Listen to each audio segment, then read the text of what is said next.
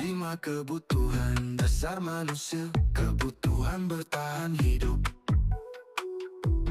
kasih sayang dan rasa diterima, yaitu kebutuhan untuk diterima. Penguasaan kebutuhan yaitu pengakuan atas kemampuan. Kebebasan yaitu kebutuhan akan pilihan. Kesenangan yaitu kebutuhan untuk merasa senang. Posisi kontrol restitusi, perilaku kontrol negatif yaitu memukul, membuat orang merasa bersalah. Perilaku kontrol positif yaitu tenang, memantau, kontrol diri yaitu manajer.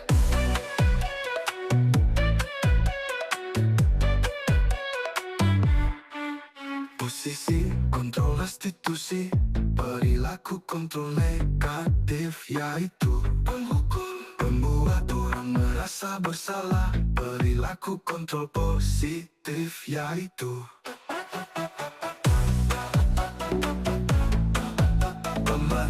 pemantau, kontrol diri yaitu manajer. Posisi kontrol restitusi, perilaku kontrol negatif yaitu penghukum, membuat orang merasa bersalah. Assalamualaikum warahmatullahi wabarakatuh. Perkenalkan, saya Muhammad Priyadana dari SMK Negeri 2 Kisaran, calon guru penggerak angkatan 11 Kabupaten Asahan.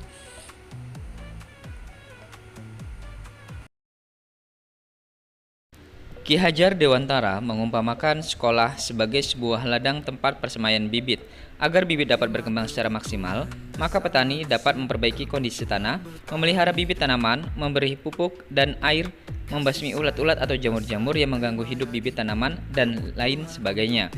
Dari uraian tersebut, kita dapat memahami bahwa sekolah diibaratkan sebagai tanah tempat bercocok tanam, sehingga guru harus mengusahakan sekolah jadi lingkungan yang menyenangkan, menjaga dan melindungi murid dari hal-hal yang tidak baik.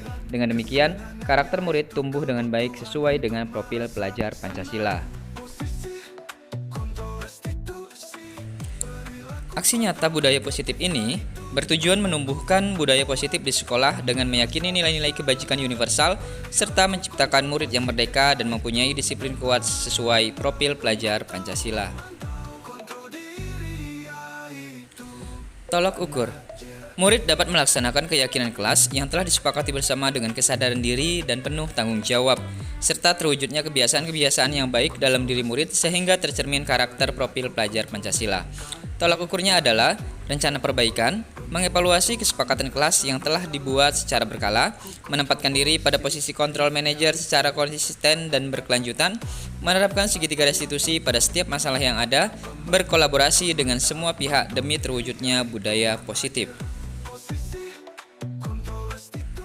Harapan saya, semoga penerapan budaya positif dapat terwujud baik di lingkungan sekolah, di rumah, maupun di lingkungan masyarakat agar tercipta suasana belajar yang aman, nyaman, dan menyenangkan.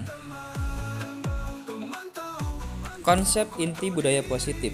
Yang pertama adalah disiplin positif, yang kedua motivasi perilaku manusia, yang ketiga keyakinan kelas, yang keempat kebutuhan dasar manusia, yang kelima posisi kontrol restitusi, dan yang keenam segitiga restitusi. Assalamualaikum warahmatullahi wabarakatuh. Waalaikumsalam warahmatullahi wabarakatuh. Perkenalkan, nama saya Muhammad Priyadana. Saya dari SMK Negeri 2 Kisaran, calon guru penggerak angkatan 11 dari Kabupaten Asahan. Nah, di sini Bapak Ibu semuanya, saya akan mendiseminasikan tentang budaya positif. Nah, sebelum kita mendiseminasikan tentang budaya positif, alangkah baiknya kita melihat tayangan video berikut terlebih dahulu. Saya yakin Bapak Ibu yang telah bertahun-tahun mengajar mendampingi murid-murid bertumbuh dan berkembang menyadari bahwa belajar adalah kunci dari masa. Belajar adalah modal besar kita. Bapak Ibu telah melihat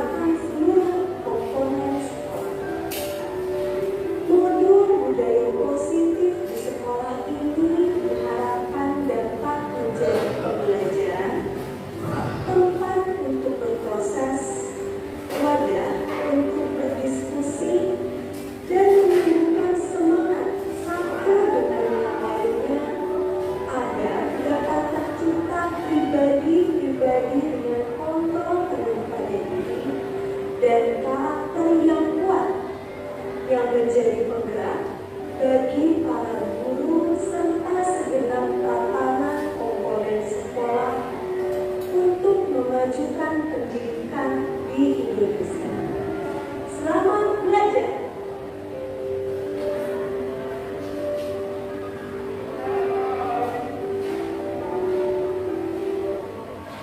Baik, Bapak Ibu, tadi sedikit cuplikan video mengenai budaya positif yang nantinya akan kita pelajari lebih lanjut di sini ya.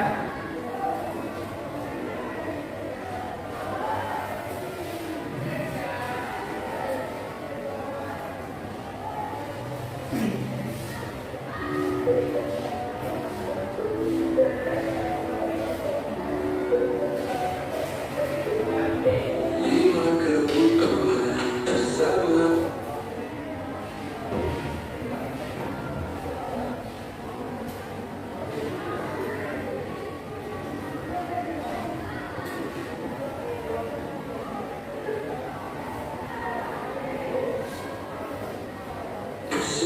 Kebutuhan bertahan hidup, Baik. kasih sayang dan rasa. Nah, budaya positif. Ini saya akan menjelaskan sedikit tentang budaya positif. Apa sih itu budaya positif, Bapak Ibu? Nah, budaya positif adalah nilai-nilai, keyakinan-keyakinan, dan kebiasaan-kebiasaan di sekolah yang berpihak pada murid, agar murid dapat berkembang menjadi pribadi yang kritis, penuh hormat, dan bertanggung jawab. Jadi di sini dalam budaya positif ini kita diharapkan bahwasanya sebagai guru itu harus menerapkan budaya positif yang nantinya budaya positif ini menjadi kebiasaan di sekolah yang berpihak pada murid di sekolah kita ini. Jadi langkah baiknya nanti budaya positif yang akan kita pelajari ini akan kita terapkan Bapak Ibu di sekolah ini supaya apa? Supaya anak-anak bisa lebih baik lagi, bisa lebih maju lagi, dan bisa seperti yang dijelaskan di situ, yang menjadi pribadi yang kritis, penuh hormat, dan bertanggung jawab. Terima itu kebutuhan untuk diterima. Permasalahan kebutuhannya. Nah, Bapak Ibu, seorang guru yang baik harus memiliki kemampuan dalam mewujudkan budaya positif di sekolah. Budaya positif tersebut dapat dijalankan dengan menerapkan konsep-konsep inti seperti yang pertama, disiplin positif, yang kedua, motivasi perilaku manusia, yang ketiga, keyakinan kelas, yang keempat, kebutuhan dasar manusia, yang kelima, posisi kontrol restitusi, dan yang keenam adalah segitiga restitusi. Atas kemauan kebebasan dari Nah, disiplin positif. Sini akan saya jabarkan sedikit tentang disiplin positif. Nah, disiplin positif adalah ataupun disiplin positif merupakan suatu cara penerapan disiplin yang mengajarkan anak bertanggung jawab dan menumbuhkan kesadaran diri berdasarkan nilai-nilai kebajikan. Seperti itu, Bapak Ibu. Di sini kita di dalam disiplin positif ya menerapkan disiplin yang mengajarkan anak-anak bertanggung jawab dan menumbuhkan kesadaran diri berdasarkan nilai-nilai kebajikan. Nah, Bapak Ibu semuanya, kira-kira nilai-nilai kebajikan yang pernah muncul, yang pernah ada ataupun yang bahkan kita rasakan di sekolah kita ini, salah satunya apa, Bapak Ibu? Mengucap salam ya. Ya, mengucap salam kepada sesama ataupun saling sapa itu juga termasuk dalam nilai kebajikan seperti itu. Terus apa lagi? Tidak pernah berkata-kata kasar ataupun sebagainya lah. Nilai kebajikan itu adalah nilai-nilai yang memiliki unsur kebaikan. Seperti itu Bapak Dia. Oke, baik, selanjutnya semua Nah,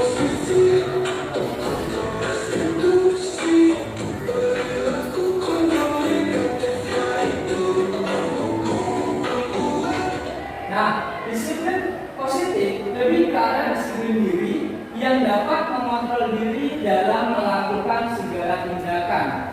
Disiplin diri dapat membuat murid memahami dan menyadari berdasarkan motivasi internal, bukan akibat paksaan, ujian, ataupun hukuman. Nah, motivasi internal ini maksudnya Bapak Ibu, kita memunculkan bahwasanya anak-anak harus memiliki motivasi dari dalam dirinya, sehingga mereka memang benar-benar datang ke sekolah ini ya memang untuk belajar, untuk memenuhi kebutuhan dirinya. Salah satunya yaitu mendapatkan ilmu pengetahuan seperti itu Bapak Ibu.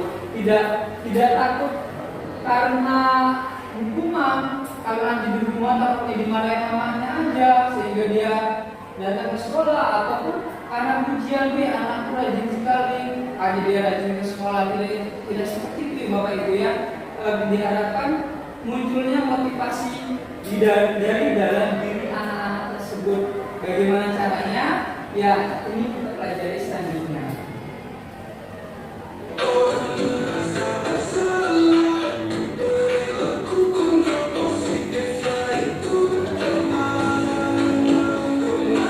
Nah, selanjutnya Bapak Ibu, diharapkan di dalam disiplin positif tersebut semuanya tercampur ke dalam 6 karakter dalam profil pelajar Pancasila. Yang pertama adalah beriman, bertakwa kepada Tuhan Yang Maha Esa dan berakhlak mulia. Yang kedua adalah mandiri. Yang ketiga adalah berkebinekaan global. Yang keempat bergotong royong. Yang kelima kreatif dan bernalar kritis. Jadi nanti budaya positif itu kita harapkan semuanya sudah mencakup tentang profil pelajar Pancasila.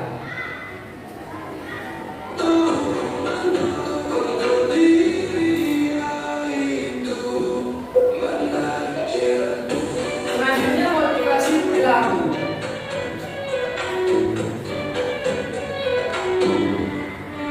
Nah, di dalam motivasi perilaku manusia ada 3 motivasi perilaku manusia. Yang pertama adalah untuk menghindari ketidaknyamanan atau hukuman. Yang kedua adalah untuk mendapatkan imbalan atau penghargaan dari orang lain. Yang ketiga, untuk menjadi orang yang mereka inginkan dan menghargai diri sendiri dengan nilai-nilai yang mereka percaya. Jadi Bapak Ibu, kita harapkan untuk anak-anak didik kita itu memiliki motivasi yang nomor berapa menurut Bapak Ibu? Yang 1, 2, atau 3? Nomor 3. Oke, baik. Jadi yang Bapak itu kita harapkan kita bersama ya, bahwasanya anak itu memiliki motivasi yang ketiga. Tapi kenyataannya pada saat sekarang ini, pada situasi pada saat sekarang ini, kira-kira anak kita banyak memakai motivasi yang nomor berapa? Nomor 1. Iya. Ya, kita lihat bersama bahwasanya memang banyak anak-anak yang dia lebih mengutamakan ataupun lebih termotivasi untuk menghindari ketidaknyamanan ataupun hukuman. Ada anak-anak yang seperti saya katakan tadi, datang ke sekolah tepat waktu. Kenapa datang tepat waktu, Nak? Ya, aku takut dihukum sama bapak ini. Nanti kalau terlambat, seperti itu seharusnya enggak. Seharusnya mereka datang tepat waktu itu ya karena motivasi dari dalam diri. Supaya apa? Untuk menjadi orang yang mereka inginkan. Seperti apa? Dan menghargai diri sendiri dengan nilai-nilai yang mereka percaya bahwasanya apa yang mereka lakukan dan sekolah tepat waktu itu adalah sebenarnya nilai-nilai yang baik. Nilai-nilai yang memang harus diterapkan seperti itu. Jadi itulah yang akan kita munculkan nanti dalam motivasi dalam manusia.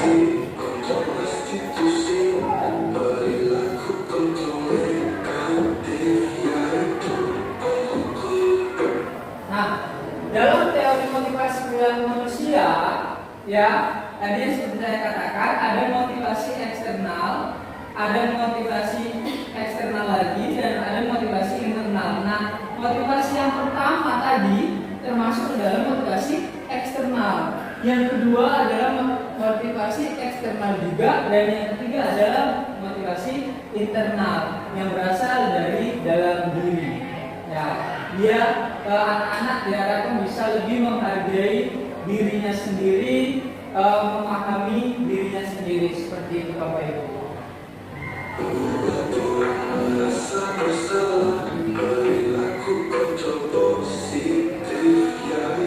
Nah, selanjutnya keyakinan sekolah ataupun keyakinan kelas.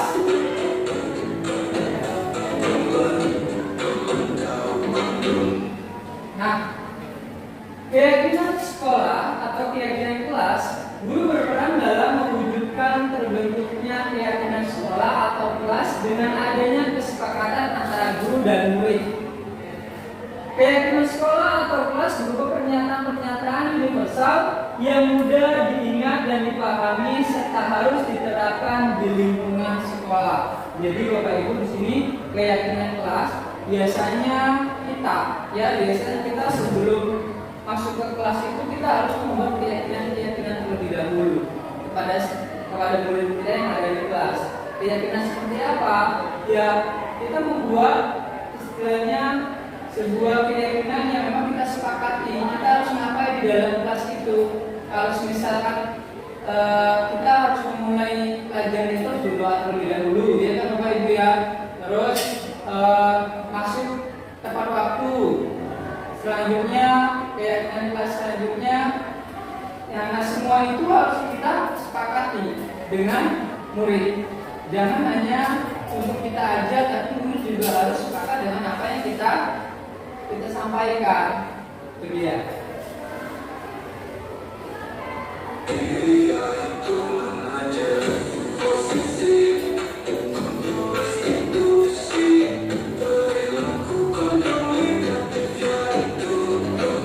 Nah, di sini Bapak Ibu, saya sudah membuat tentang keyakinan sekolah ataupun keyakinan kelas saya. Kebetulan saya adalah wali kelas guru TPM 2. Nah, keyakinan kelas di sini ada beberapa yang saya buat. Sebisa mungkin Bapak Ibu keyakinan kelas itu nggak usah terlalu banyak supaya apa? Supaya keyakinan kelas itu bisa diingat ataupun mudah diingat oleh murid-murid kita. Nah, di sini saya buat yang pertama adalah hadir tepat waktu.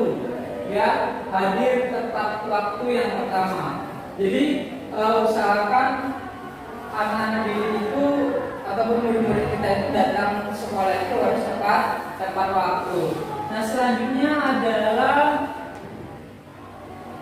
bekerja sama menjaga kebersihan kelas, menjaga kebersihan kelas dan bekerja sama dalam menjaga kebersihan kelas. Jadi Bapak Ibu, sebenarnya dalam membuat keyakinan kelas ini kita tidak boleh menggunakan kalimat-kalimat yang bernuansa negatif ataupun kata-kata negatif. Jadi kalau kita tidak boleh mengawali, kalau kita saya buatkan hadir tepat waktu ya, hadir tepat waktu. Di situ tidak boleh kita buat tidak boleh terlambat, tidak boleh Bapak Ibu. Ya, tidak boleh terlambat. Di situ ada kata negatifnya, adalah kata tidak. Jadi kata tidak itu sebisa mungkin harus diubah ya menjadi hadir tepat waktu. Seperti itu. Jadi kalimat-kalimat negatif atau kata-kata negatif itu harus kita hilangkan. Seperti itu.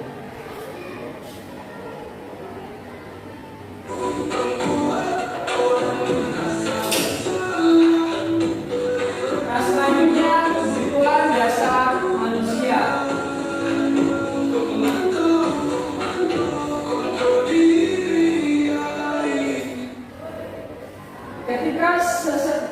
Ketika seorang murid melakukan suatu perbuatan yang bertentangan dengan nilai-nilai kebajikan atau melanggar peraturan, hal itu sebenarnya dikarenakan mereka gagal memenuhi kebutuhan dasar mereka. Nah, apa aja sih kebutuhan dasar manusia?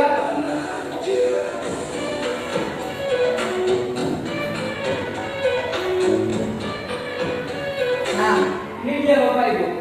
Kebutuhan dasar manusia yang pertama adalah kebutuhan bertahan hidup, yang kedua adalah kebutuhan kasih sayang dan rasa diterima, dan yang ketiga adalah kebutuhan penguasaan, yang keempat adalah kebebasan, dan yang kelima adalah kesenangan.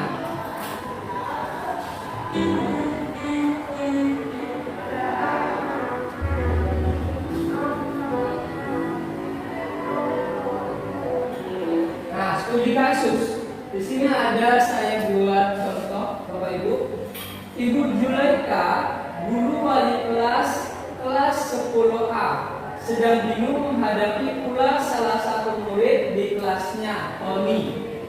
Beberapa anak telah mengeluhkan Tony yang seringkali meminta bekal makan siang mereka dengan paksa. Jika Anda menghadapi situasi seperti Ibu Julaika, apa yang akan Anda lakukan?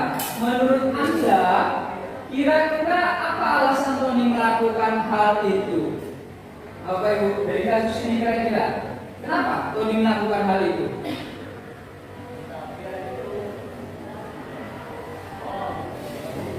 Kenapa, Bu? Kenapa dia memintanya dengan paksa? Alasan si Tony sebenarnya apa sih melakukan itu?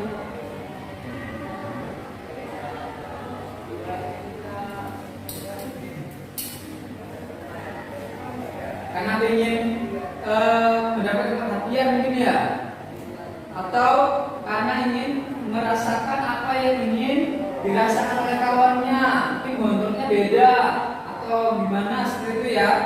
Oke, baik, kita lihat alasan si Tony sebenarnya.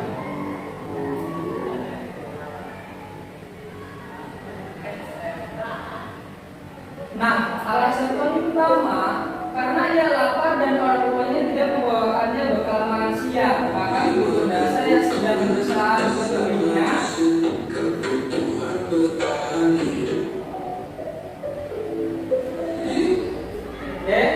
Karena ia lapar dan orang tuanya tidak membawakannya bekal makan siang, maka kebutuhan dasar yang sedang berusaha dipenuhi oleh Tony adalah kebutuhan untuk bertahan hidup. Ya, ternyata kalau dari kasus tadi, si Tony-nya tadi nggak dikasih bekal sama orang tuanya, maka dia ingin ingin makan siang juga lah, istilahnya seperti itu. Nah, di sini di kasus ini kebutuhan yang usaha ingin dipenuhi oleh si Tony itu adalah kebutuhan untuk bertahan hidup. Oke, baik. Selanjutnya,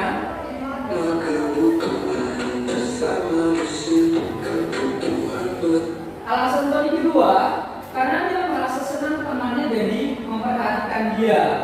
Ketika temannya melaporkan tindakannya itu pada gurunya dan gurunya memberitahu orang tuanya, sehingga orang tuanya jadi memperhatikan dia, maka kebutuhan dasar yang sedang dipenuhi Tony adalah kebutuhan akan kasih sayang dan rasa diterima. Ternyata si Tony ini melakukan itu sebenarnya itu pengen disayang sama orang tuanya, pengen dilakukan sama seperti kawan-kawan yang lain yang akan diperhatikan orang tuanya, dibawakan bontor seperti itu. Ini alasannya yang kedua.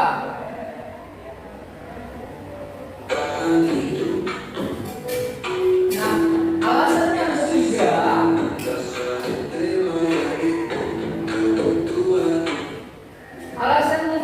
yaitu karena temannya jadi takut dengan dia dan menuruti keinginannya. Maka sebetulnya Tony sedang berusaha memenuhi kebutuhan dasarnya akan kekuasaan. Jadi dengan Tony melakukan hal itu, awalnya jadi takut, jadi dikasih. Terakhir dia sebenarnya membutuhkan sesuatu hal tentang kekuasaan supaya kawannya takut, supaya dia bisa menguasai teman-temannya seperti itu. Itu alasannya yang ketiga.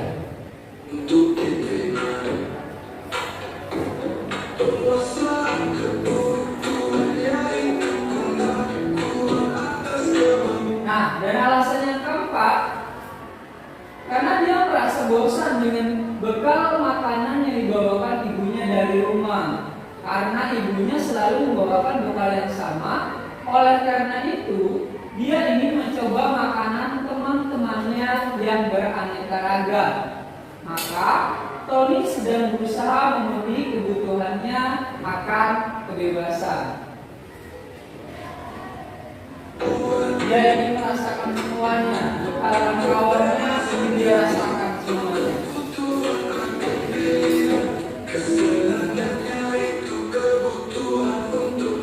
Nah, alasan yang kelima adalah karena ia melakukannya karena iseng. Ya, karena iseng saja, dan dia menikmati ekspresi wajah teman-temannya yang kesal karena diambil makanannya, dan menurut dia ekspresi teman-temannya itu lucu. Maka berarti Tony sedang berusaha memenuhi kebutuhan akan kesenangan. Itu Bapak Ibu.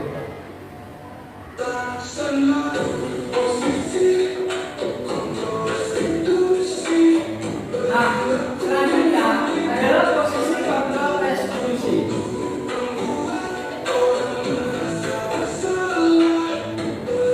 Ada 5 posisi kontrol restitusi yang harus kita pahami Bapak Ibu. Yang pertama adalah guru sebagai penghukum, guru sebagai pembuat merasa bersalah, guru sebagai teman, guru sebagai pemantau, dan guru sebagai manajer. Kira-kira Bapak Ibu, dari 5 posisi kontrol restitusi ini, yang harus kita terapkan sebagai guru itu restitusi yang nomor berapa Bapak Ibu? Nomor 3 sebagai teman ya. Ada yang mengatakan sebagai manajer? Oke, baik. Umumnya memang kita sih membawa siswa itu apa ya, harus kita dekati ya, harus kita sanjung-sanjung atau kita jadikan pemana supaya mereka bisa lebih memahami kita dan kita bisa memahami mereka. Oke, baik Bapak Ibu. Nah, ternyata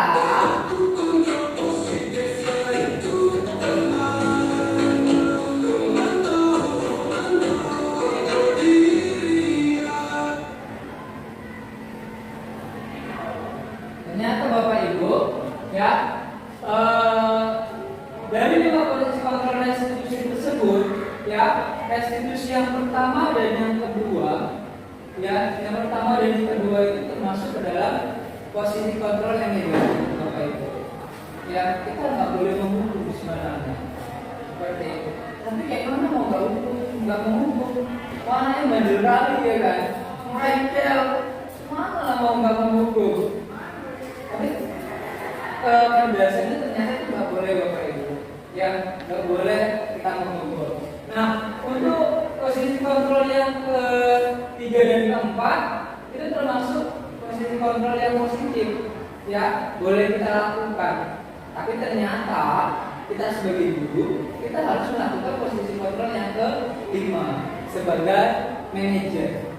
Seperti itu Bapak Ibu. Jadi sebagai manajer itu kita bukan hanya sekedar sebagai teman, bukan hanya sekedar pada poin ke-4 juga, tapi semuanya kita lakukan untuk memenuhi kebutuhan murid tersebut. Oke.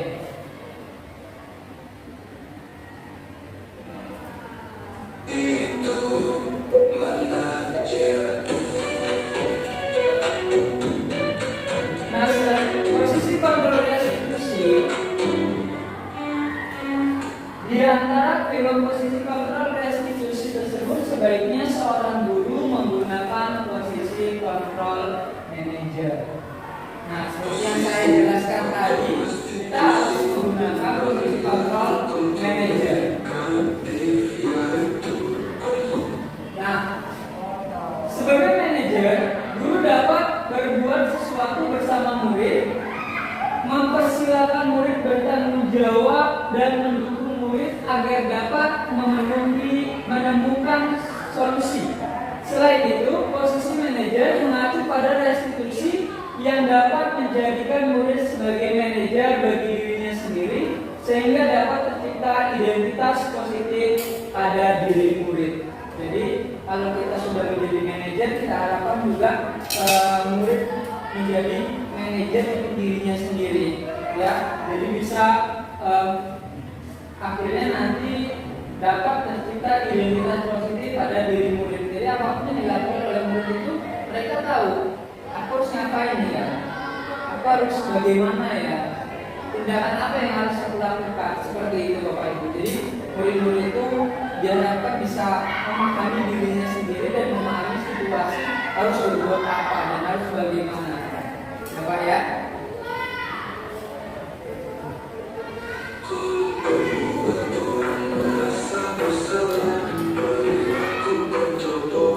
Nah, selanjutnya segitiga restitusi. Apa sih itu segitiga restitusi? Nah, ternyata Bapak Ibu, segitiga restitusi itu adalah termasuk ke dalam metode yang harus kita gunakan dalam menyelesaikan masalah yang dihadapi oleh para murid-murid kita, Bapak Ibu. Nah, di sini ada tahapan dalam segitiga restitusi. Yang pertama adalah menstabilkan identitas. Yang kedua adalah validasi tindakan yang salah. Dan yang ketiga adalah menanyakan keyakinan. Menanyakan keyakinan. Oke.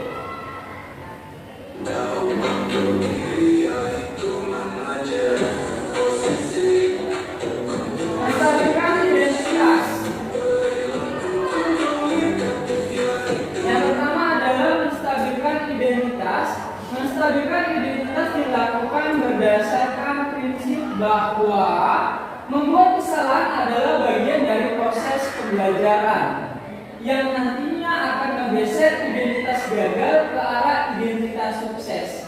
Oke Bapak Ibu, kita garis bawahi bagian dari proses pembelajaran, ya, bagian dari proses pembelajaran. Jadi di sini kita kalau anak melakukan kesalahan, kita tidak boleh langsung menghukumnya, menjudge mereka, tidak boleh. Tapi kita harus memberikan sesuatu pembelajaran untuk mereka supaya mereka itu belajar. Contohnya seperti apa? Contohnya kalau mereka melakukan, kenapa mau melakukan seperti ini? Nah, bisa kita tanya, kenapa kamu terlambat? Kenapa kamu bawa panggilan ini?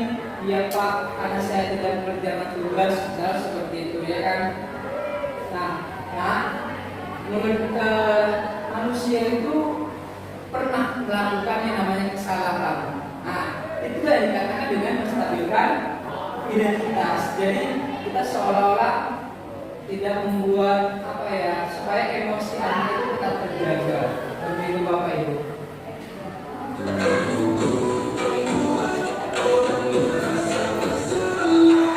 Nah, yang kedua adalah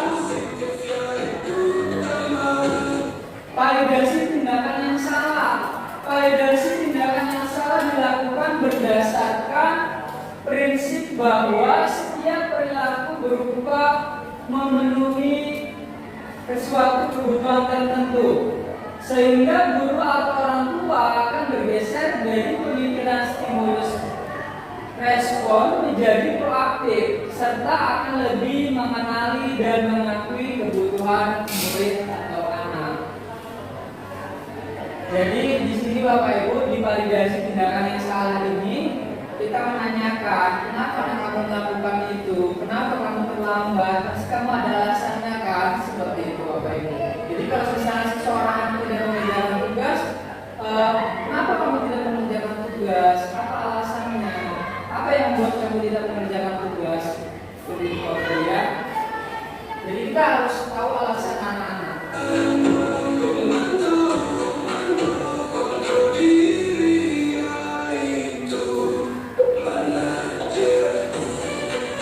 Nah, selanjutnya yang ketiga adalah menanyakan keyakinan. Menanyakan keyakinan dilakukan dengan memberi pertanyaan-pertanyaan bermakna kepada murid atau anak untuk memunculkan motivasi secara intrinsik sehingga mampu mengaitkan keyakinannya dengan tindakan yang salah. Jadi kan sebelum kita masuk kelas kan itu membuat keyakinan kelas ya. Nah, jika anak Seperti itu kita tanyakan, apakah kamu ingat dengan keyakinan kelas kita? Oh, ingat Pak, ingat Bu. Keyakinan kelas apa yang sudah kamu langgar? Hadir terlambat, istilahnya seperti itu, ya kan? Ataupun tidak mengerjakan tugas, ataupun keyakinan kelas tidur di dalam kelas, nah seperti itu. Jadi Bapak Ibu ya, harus kita kaitkan dengan keyakinan kelas yang telah kita buat.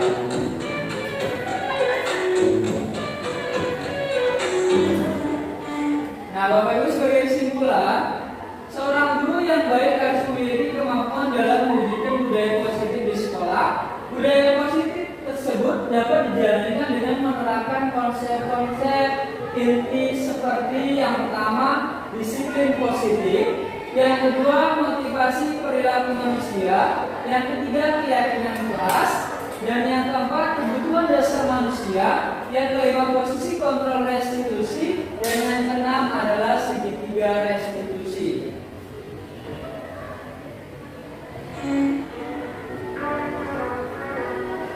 Nah, Bapak Ibu, nanti di sini saya akan tayangkan, ya, akan saya tayangkan bagaimana saya memecahkan masalah yang dihadapi anak-anak dengan menggunakan segitiga restitusi.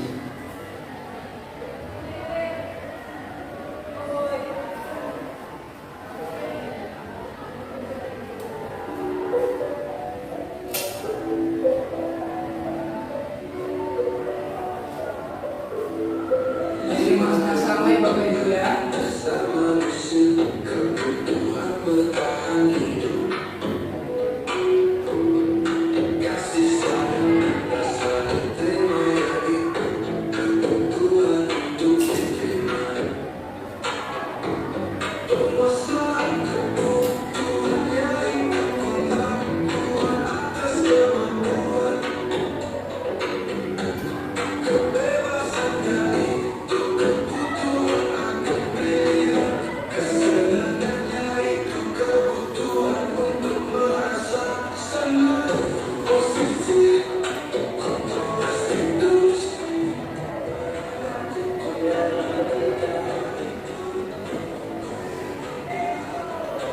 Nah Bapak Ibu, bila salah satu contoh yang saya terapkan kepada peserta didik atau murid kita kelas 11 TKJ 2.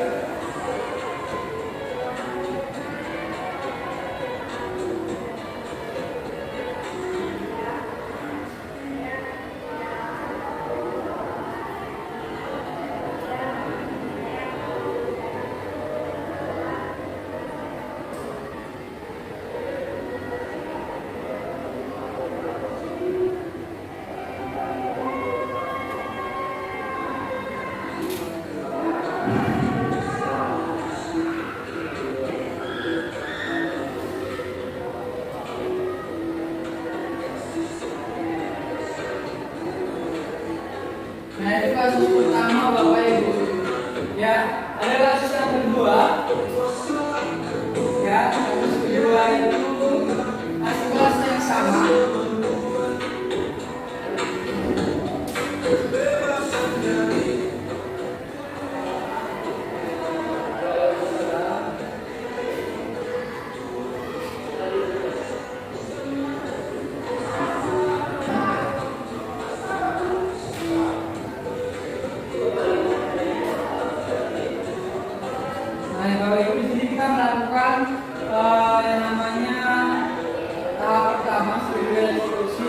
stabilkan identitas terlebih dahulu.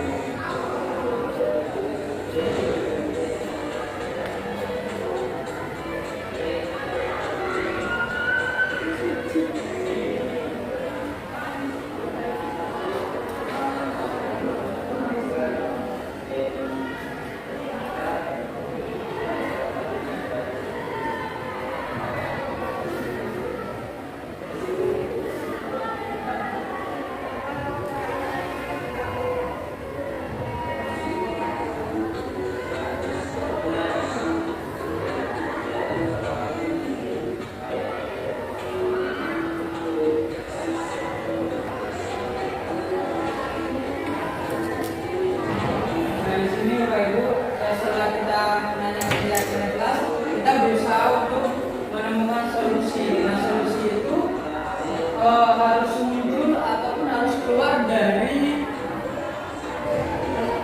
murid kita sendiri, seperti itu Bapak Ibu. Mereka harus bisa menyelesaikan masalah mereka sendiri. Kira-kira dengan melakukan kesalahan itu, solusi apa sih yang bisa kalian terapkan, atau solusi apa sih yang bisa kalian berikan seperti ini Bapak Ibu. Jadi kita jangan memberikan solusi ke mereka, tapi sebisa mungkin mereka lah yang memberikan solusi untuk diri mereka sendiri.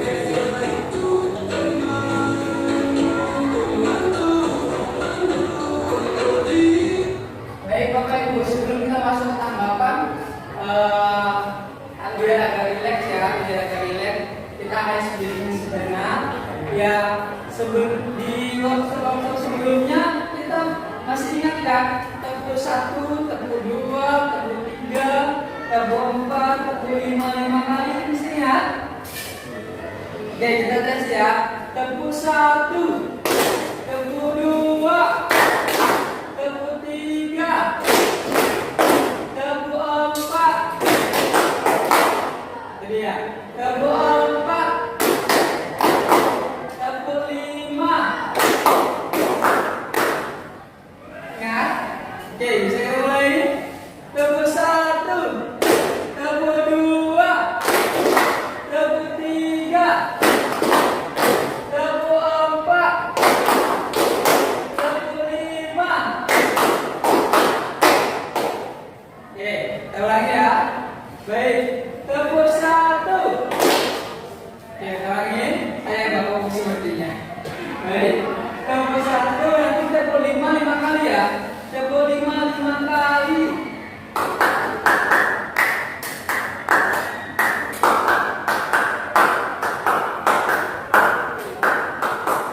Ini saya kasih kode 5 kalinya, oke? Baik, kita mulai.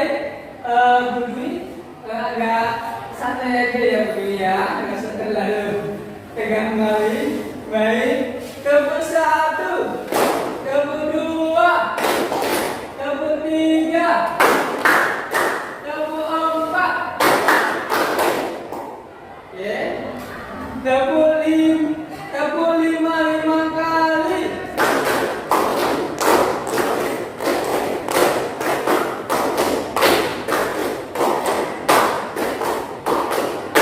Oke, baik, terima kasih Ibu Tiara. fokus ya. Baik. Nah, dari segi yang saya terapkan Bapak Ibu, ada pun tanggapan-tanggapan yang diberikan oleh peserta didik kita seperti ini.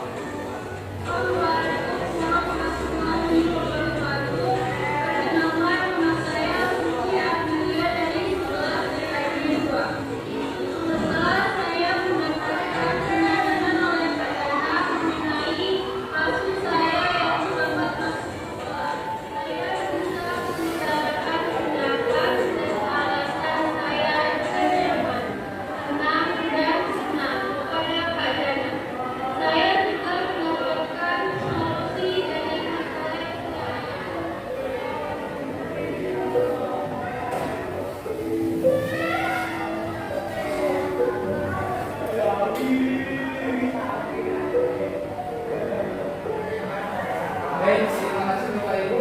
Itu sedikit pemaparan saya mengenai simulasi tentang budaya positif.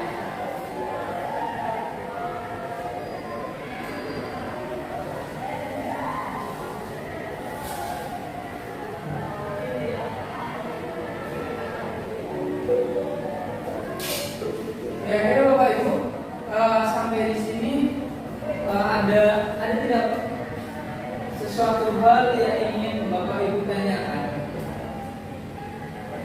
atau bagaimana cara mengatasi siswa yang bandelnya kebangetan gitu ya, yang luar biasa, yang selalu terlambat datang ke sekolah, bagaimana cara mengatasi hal seperti itu?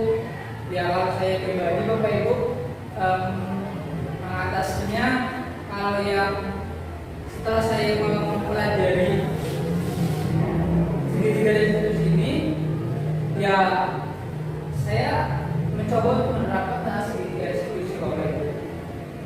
Ya, pertama itu kita harus mendatangi siswa terlebih dahulu, mendatangi murid terlebih dahulu, dan kita yang pertama itu menstabilkan identitasnya. Kita tanya mengapa demikian.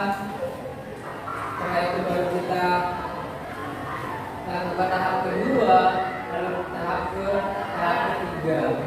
Tapi memang pada dasarnya kalau yang memang udah bandelnya kebangetan, ya kan, kalau udah bandelnya kebangetan itu kita agak apa ya, kadang ada agak rasa dongkol juga, kalah juga, iya ini aja punya terlambat, kasih ini aja udah terlambat, nggak pernah ngerjain tugas lagi. Kalau dibilangin bandel, tapi gimana ya Bapak Ibu? Mungkin di sisi lain kita memang harus memahami karakter murid kita masing-masing. Bisa jadi memang di rumahnya dia sudah ada masalah terlebih dahulu. Kita nggak tahu apa yang terjadi di luar sana. Kita nggak tahu apa yang terjadi pada diri anak tersebut. Kita nggak tahu apa yang terjadi pada murid tersebut. Apakah mereka mengalami sesuatu hal ataupun sesuatu yang membuat emosional mereka itu terganggu, yang akhirnya datang sekolah jadi terlambat. Bisa jadi dia sudah marah sama mamanya atau orang tuanya karena nggak dikasih uang saku, akhirnya dia malas sekolah. Yang awalnya tadi mau sekolah, dengan terpaksa dia sekolah, ya demikian itu akhirnya terlambat. Ditambah lagi belum lagi ada faktor eksternal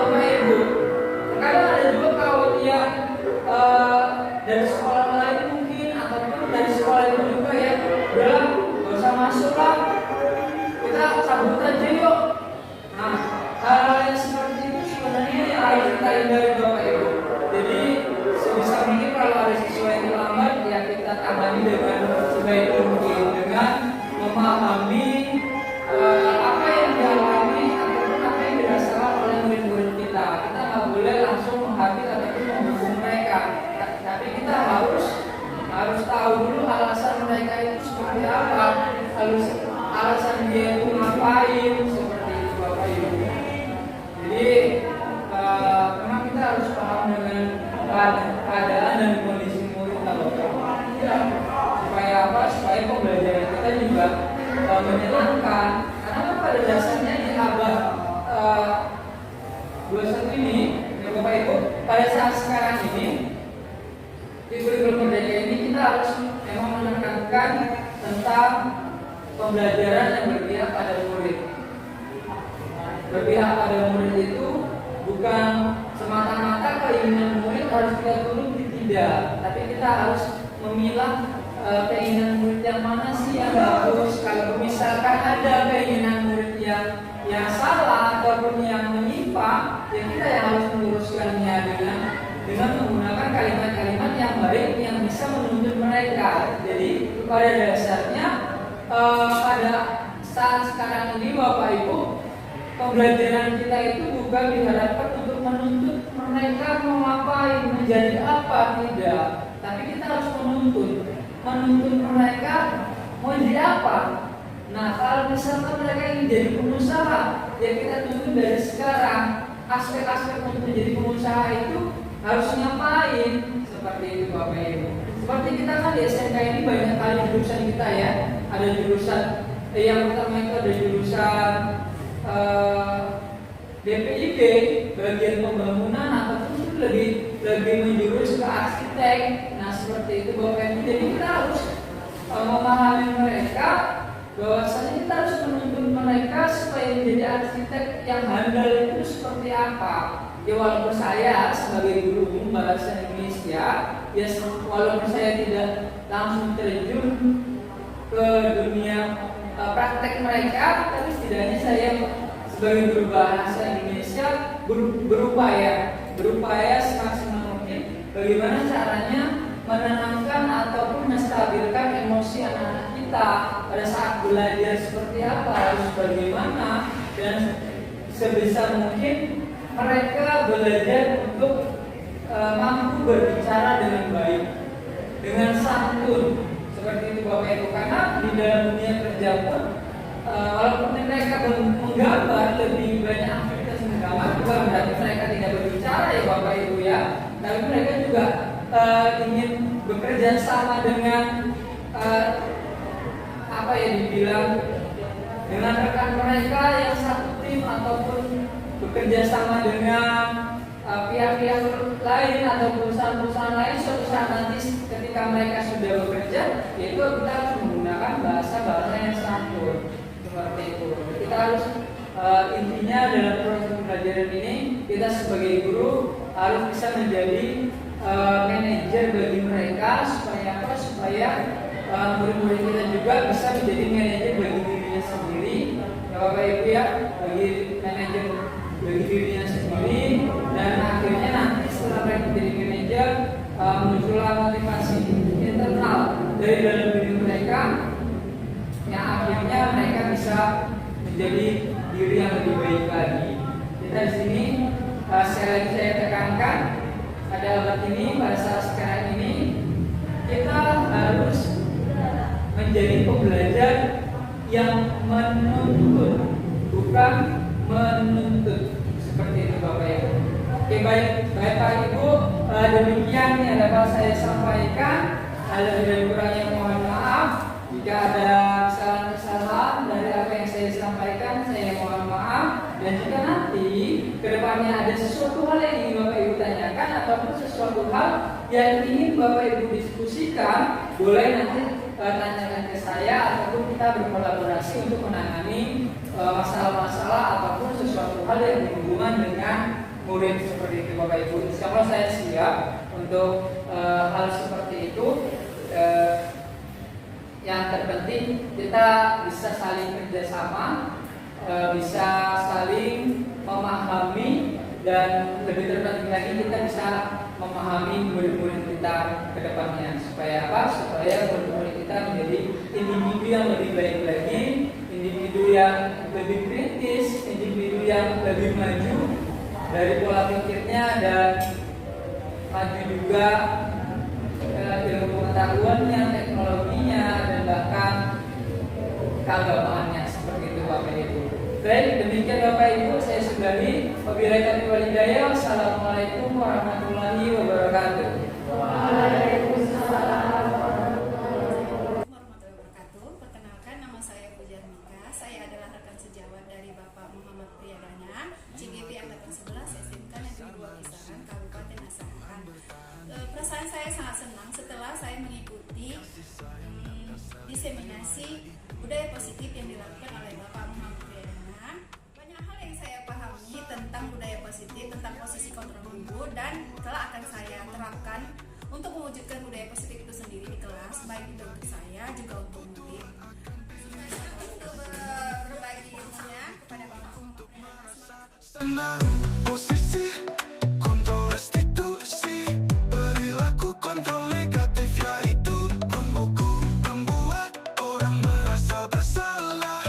Perilaku kontrol positif yaitu memantau kontrol diri yaitu manajer.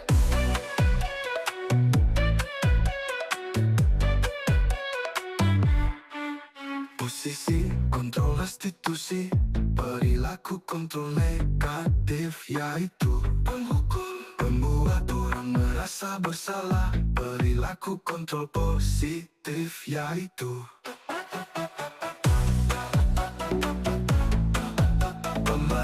pemantau kontrol diri yaitu manajer. Posisi kontrol restitusi, perilaku kontrol negatif yaitu pemukul, membuat orang merasa bersalah. Perilaku kontrol positif yaitu pemantau kontrol diri yaitu manajer.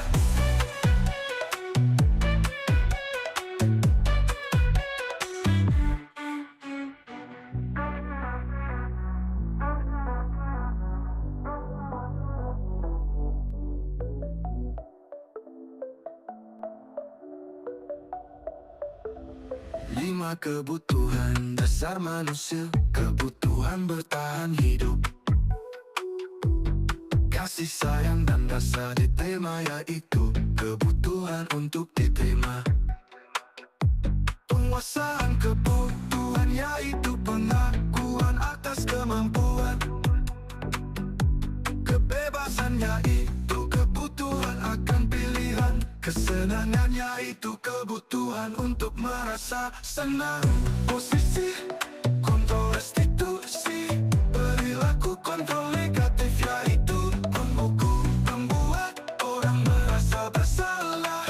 Perilaku kontrol positif yaitu memantau kontrol diri yaitu manajer.